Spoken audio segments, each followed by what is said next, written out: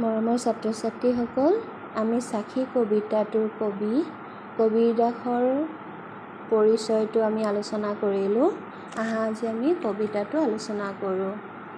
সাক্ষী। প্ৰথম সাক্ষীত কবিয়ে লিখিছে যে তেৰা साईं तुझ में जो पहुपन में बास, कस्तूरी का मीरग जो फिर ढूंढे घास। ইয়াত কৈছে যে তেৰা साईं, साईं মানে ভগৱান, কৈছে যে তোমাৰ ভগৱান তোমাৰ অন্তৰতেই আছে।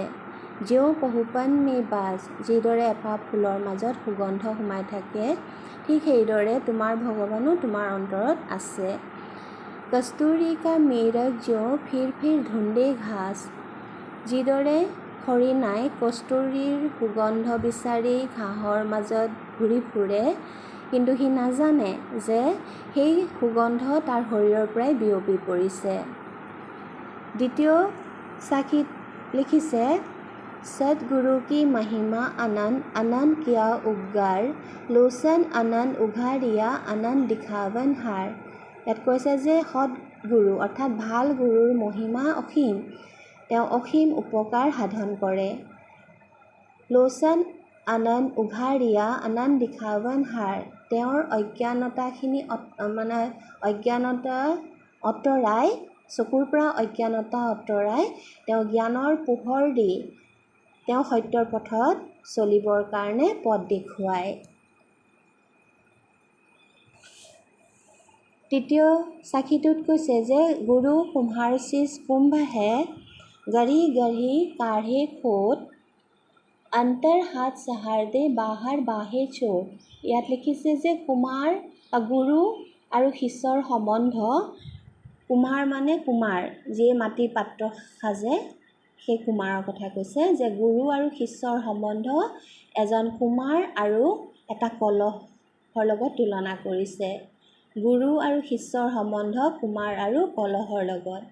গঢ়ি গঢ়ি কাঢ়ে খোট মানে বহুত চেষ্টা কৰি বেয়া গুণখিনি দুখখিনি আঁতৰাবলৈ যত্ন কৰে। অন্তৰ হাত সহাৰ দে বাহাৰ বাহে চোট, তাৰমানে এজন কুমাৰে যেতিয়া এটা কলহ সাজিবলৈ যায়, তেতিয়া সেই মাটিখিনিৰ ভিতৰত এখন হাতেৰে সহায় আগবঢ়ায় আৰু এখন হাতেৰে বাহিৰৰ পৰা আঘাত দি সেই কলহটো ধুনীয়া আকাৰ দিবলৈ যত্ন কৰে। ঠিক সেইদৰে গুৰুৱেও শিষ্যক ভাল শিক্ষা দিবলৈ যাওঁতে কেতিয়াবা কঠোৰ হ'বলগীয়াও হয়। চতুৰ্থ সাক্ষীটোত লিখিছে পোথি পঢ়ি পঢ়ি জগ মুৱা, পণ্ডিত ভয়া না কৈ, ঢাই অক্ষৰ প্ৰেম কা পঢ়ে সো পণ্ডিত হৈয়ে। ইয়াত লিখিছে যে পুথি মানে কিতাপ, হয়নে? কিতাপ পঢ়ি পঢ়ি জগ মুৱা, এই জগত এৰি গুচি গ'ল। পণ্ডিত ভয়া না কৈ, কোনো এজন পণ্ডিত হ'ব নোৱাৰিলে। ঢাই অক্ষৰ প্ৰেম কা পঢ়ে সো পণ্ডিত হৈয়ে, কিন্তু যিজন ব্যক্তিয়ে ২৫টা প্ৰেমৰ আখৰ পঢ়ে তেওঁহে পণ্ডিত হয়।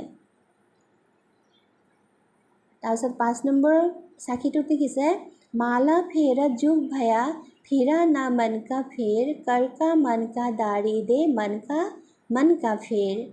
ইয়াত মন কা মানে মনৰ আৰু মন কা মানে ফুলৰ গুটি মালা।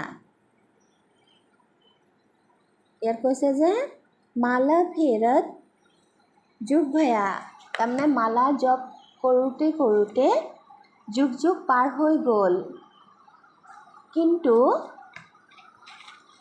মনৰ কোনো পৰিৱৰ্তন নহ'ল। কৰকা মন কা দাড়ি দেহে, কৈছে যে সেয়ে হাতৰ মালাডাল পেলাই দিয়া, মনৰ মালাডাল জপ কৰা।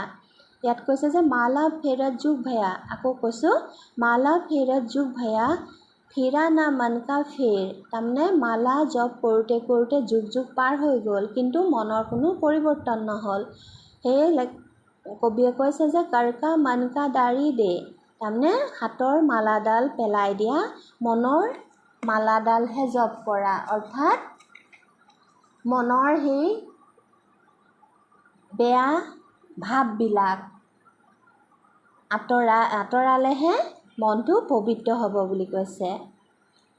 ছাত্ৰ ছাত্ৰীসকল আজিলৈ ইমানতে থওঁ। ধন্যবাদ।